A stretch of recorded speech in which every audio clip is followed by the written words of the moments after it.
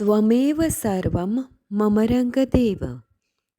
દત્ત ભાગવતનું બિરુદ પામેલ શ્રી રંગ અવધૂત શ્રી વિરચિત શ્રી ગુરુલીલામૃત ગ્રંથ આવાગમનના ફેરામાંથી મુક્ત કરાવે છે. જાણે બ્રહ્મરસાસ્વાદે ભર્યો નર્યો ગ્રંથ સાધ્યંત. આ વરદ અને ઔપાસનિક ગ્રંથને રંગબાળ શ્રી જગદીશાનંદજીએ સરળ અને સંક્ષિપ્ત ગદ્ય લેખન રૂપે વર્ષના દરેક દિવસ માટે એક પેજ તેમ 364 પેજમાં આ શ્રીરંગ બ્રહ્મરસાસ્વાદનું સર્વને રસપાન કરાવ્યું છે. તે ક્રમમાં દરરોજ શ્રવણ કરીએ. દત્તબાવનીના ગાન પછી આ એક પેજનું પઠન કરવું શ્રેયસ્કર છે. સપ્તાહ 13 રવિવાર. અલગજી કહે છે કે હે નિરંજન, કોઈ પણ જીવાત્મામાં અજ્ઞાન અને અહમ જ એનો સર્વનાશ છે. અજ્ઞાનીને અહંકારીને ક્યારેય મોક્ષપથ દેખાતો નથી. સદા તેની પાસે હોવા છતાંય, બધી જ સમજણ હોવા છતાંય પરમાત્માને તે પામી શકતો નથી. હુંડ દૈત્યના દૂતના મુખે આયુરાજાનો સૂત એ શબ્દ સાંભળતા જ ક્રોધથી લાલચોળ થઈ ગયો અને તેની પત્નીને ક્રોધ કરીને બરાડ્યો. સાચું બોલ, નહીં તો તારી ખેર નથી.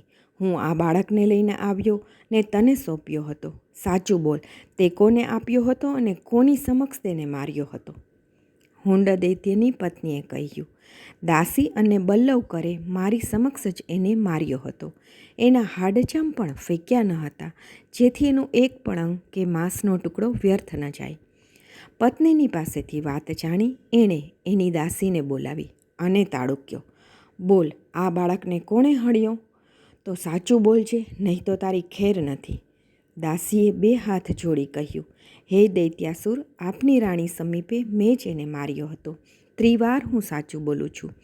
તેનો એક માંસનો નાનામાં નાનો ટુકડો પણ મેં વ્યર્થ નથી ફેંક્યો. તેના હાડચામ બધું જ ભેગું કરીને જ આપને માટે જ આપનો રસાળ પાક મેં જ બનાવ્યો હતો. આપે તે મોજથી ખાધો હતો અને અત્યારે કેમ ગુસ્સો કરો છો? દાસીનું આટલું સાંભળતા હુંડ બગડ્યો. જો મેં એને બરાબર ખાધો તો આ આવ્યો ક્યાંથી?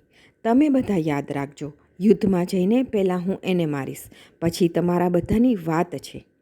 બધા જ સૈન્યોને તેણે ભેગું કર્યું અને બહુ જ બહાદુર, શૂરવીર, તાકાતવાન 5 સેનાપતિઓને નિમીને સૌને આજ્ઞા કરી કે જાઓ, ઉઠો, બધા જ લડવા તૈયાર થઈ જાઓ.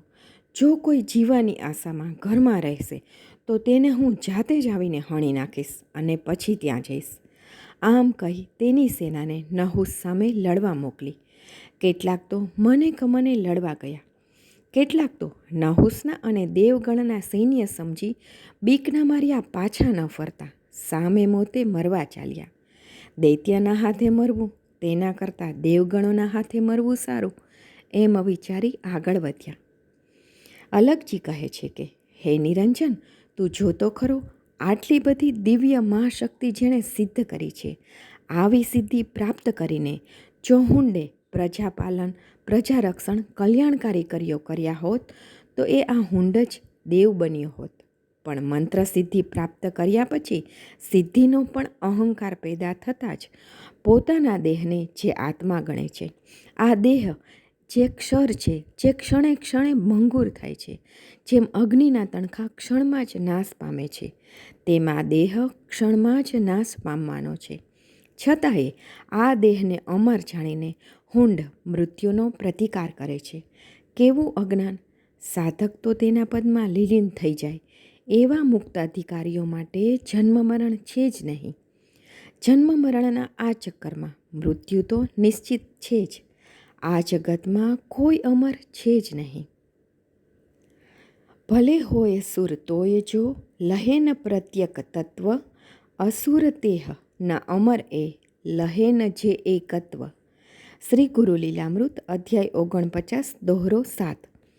અવધૂત ચિંતન શ્રી ગુરુદેવ દત્ત.